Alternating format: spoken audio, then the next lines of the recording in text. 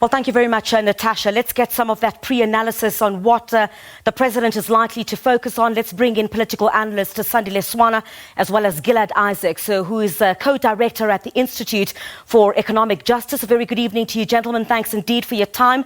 Sandile, let's start with you. This is obviously not an announcement that COVID-19 is no longer with us, because it very much is. But crucial to what the president must address is the issue of health and safety, both in the workplace and socially. Would you agree?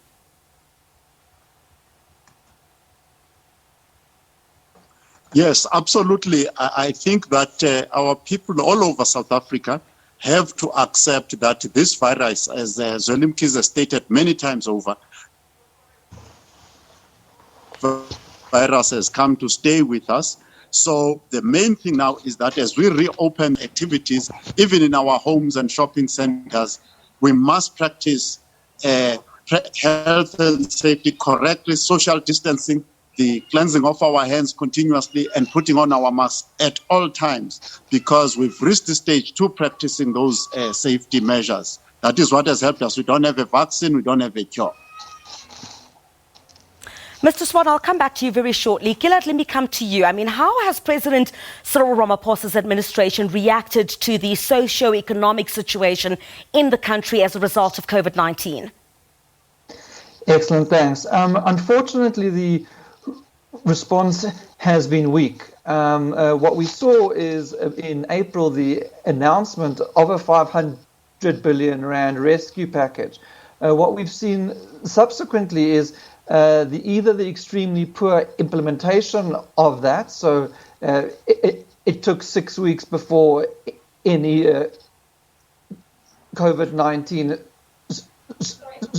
social grants were paid out. So either a very slow implementation, or in certain instances a walking back of those commitments. For instance, there is a 500 billion rand allocation towards job recovery. We've only seen 6 billion rand of that allocated for expenditure in this year. Yeah. Gilad, I want to move to another aspect. And if we move to level 1, as is expected, we'll see more people returning to work. Public transport concerns arise. Concerns about those living and working in crowded spaces. Those issues also will arise. You also did a study on workplace safety during COVID-19. What did you find? Excellent, thanks. Yeah, I think it's important to approach this in two ways. Firstly, that our vulnerabilities to COVID are determined not only by our own health, but by our social circumstances. As you mentioned, transport is a key one. The other is that workplace safety is not only an individual issue about if we wash hands or wear a mask. It's about who is empowered in the workplace to oversee effective safety measures. And what we see and have found is that workers have not had a significant role in establishing workplace safety, in the oversight of that. There has not been any extra pay, any risk pay in almost all sectors for workers, and so it's workers who have undertaken risk in returning, but without voice and without extra compensation. I want to pick up, Sandile, on what Gilad had also touched on. We spoke about the economy earlier, you and I, and, you were saying that it's taken a bigger dip than we could have imagined. Job losses are expected to rise. Gilad has spoken about the 500 billion rand.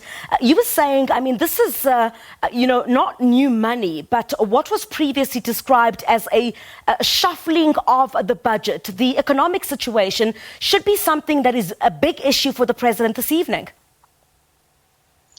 Absolutely. I think that, for instance, the certainly the 500 billion budget items from activities that were planned into fighting COVID-19 and so on. In order to recover the economy has lost a premium so far, and some predictions are that by December we'll have lost 7 million in total jobs. And many businesses, including small businesses and large ones, are unable to recover. So you need a very large stimulus. Now, the stimulus, the way it must be put together is that it must be an additional new money. If our budget was 100 rand last year, it means you put 50 rands on top. You don't reshuffle the 100 rands. So that is what our government has failed to do since 2009, when the first 2008 economic collapse, they were not able to get a full stimulus package in South Africa. Since 2009 has not had a proper full-on stimulus package. And we expect now that rather than cutting the wages of the workers, the government will actually put new money altogether on top of the budget that they already have. So many issues to get through, gentlemen. Gilad, I mean, evidence on the employment impact on men and women. You also did a study on that, and you found that it's been higher for women. Tell us a bit about that and why this is so.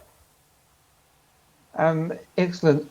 So this work isn't actually by our institute. There was an excellent survey undertaken in between February and April. And what they found was that about 2/3 of employment loss, it was women, and that's most likely because women occupy a place in the labor market which is very precarious and informal. What we've also seen is women affected in other ways. For instance, with school closures, as women undertake more unpaid care work, the expectations on them have been increased. What we also see in other economic crises is that it takes longer for the employment of women to re-emerge than for men. So for all of these reasons, and I agree totally that the expenditure must be on top of what is budgeted, but also it must take account of a gendered lens in shaping that expenditure.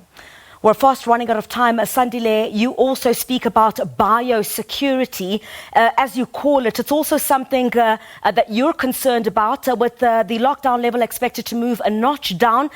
There also needs to be, I guess, early warning systems that South Africa will need to have in place should infections increase as a result of it moving a notch down.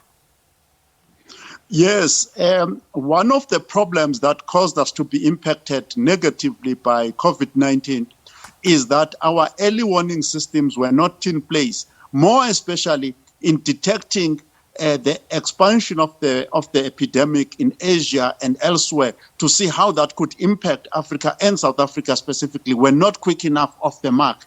So right now, when we go to level 1, we need to be alert. If there's a district, there's a local municipal area, there's a country that we're exchanging tourists with or doing business with that is escalating in infections, we need to move quickly and close that down. That is what the purpose of early warning system is, in order to protect the general population. And we've been weak in that area between December and now.